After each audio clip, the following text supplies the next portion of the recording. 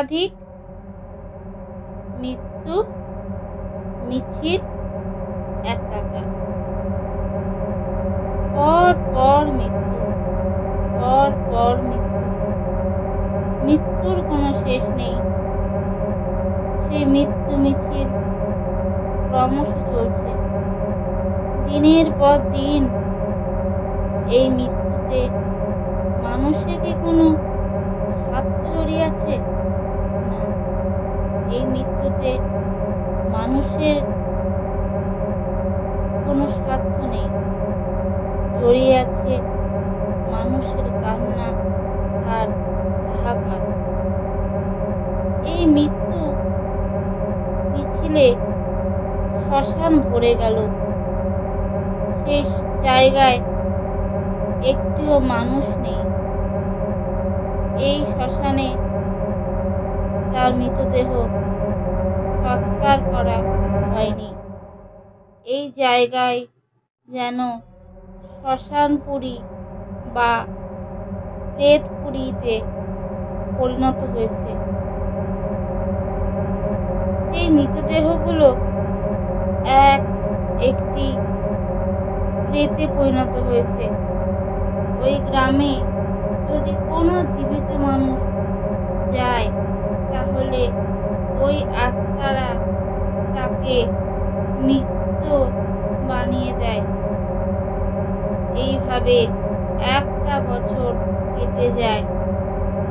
তারপর আসে সেই দিন, যেদিন 5 বন্ধু মিলে ওই জায়গায় যায় আর তাদের সঙ্গে ঘটে যায় একটি ভয়ঙ্কর ঘটনা। এই ঘটনাটি বলার আগে এই 5 জন পরিচয় দেওয়া দরকার। এই 5 জনের নাম: শ্রুতি, টুম্পা, বুলবুলি, সূর্য ও সায়ন। এরা একসঙ্গে একই কোম্পানিতে কাজ করে। কয়েকদিনের ছুটি পেয়ে ওরা ঠিক করলো কয়েকদিনের জন্য কোথাও বেরিয়ে আসবে।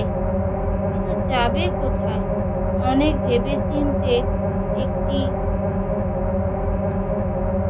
জায়গা ঠিক হলো। কিন্তু সে জায়গায় যেতে গিয়ে যত বিপত্তি। ওরা ওই জায়গায় যাবে বলে সবাই গোছগাছ করে গাড়িতে উঠে বসে। কিন্তু মাঝ রাস্তায় যেতে না যেতেই ওদের গাড়ি খারাপ হয়ে যায়। আর গাড়িটা খারাপ হয় একদম ওই ভয়ঙ্কর ভুতুড়ে জায়গাটার সামনে। ওরা সাহায্যের জন্য ওই জায়গাটায় ঢোকে। ব্যাস, ওদের কাল শুরু হয়ে যায়। ওরা ঢুকেই দেখে একজন ভদ্রলোক দাঁড়িয়ে আছে। তার চেহারা কঙ্কালসার। তারা লোকটির কাছে সাহায্য চায়। লোকটি বলে, আমি নিশ্চয়ই তোমাদের সাহায্য করব। তোমরা আমাদের এই জায়গার অতিথি। তোমাদের সাহায্য না করলে চলে, কিন্তু এখন তো কোনো মিস্ত্রি পাবে না। তোমরা এক কাজ করো, আজকের দিনটা তোমরা আমার বাড়িতেই থেকে যাও। কাল সকালে কোনো একটা ব্যবস্থা করা যাবে।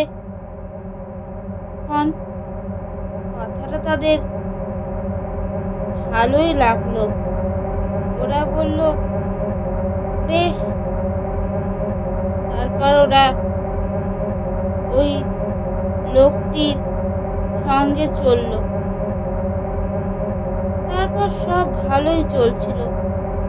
তারপর মাঝরাত থেকে শুরু হলো ভৌতিক উপদ্রব। সেই ভৌতিক উপদ্রবের চোটে ওরা ভয় পেয়ে গেল।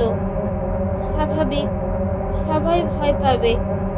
ওরা অনেক করে বাঁচবার চেষ্টা করলো, কিন্তু বাঁচতে পারলো না। ওদের ঘুরতে যাওয়া আর হলো না। নমস্কার।